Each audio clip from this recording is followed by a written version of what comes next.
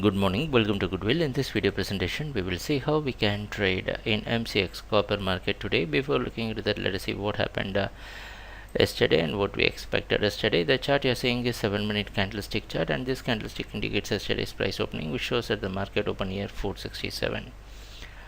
As per our advice, it was a market watch day. So right after the opening, the price came down to 162. It was a straightaway drop and continued its selling to reach 462, and it continued selling to reach 458. So it maintained its downtrend. So if I decrease the scale, let's have some clarity on what's happening in the copper market. You know that the price started moving from the beginning of June, and it went up straight away after a very big consolidation, and now it is coming back to the same zone where it consolidated for a very long time. So what we feel is we need to again go for a market watch because we cannot be in a hurry.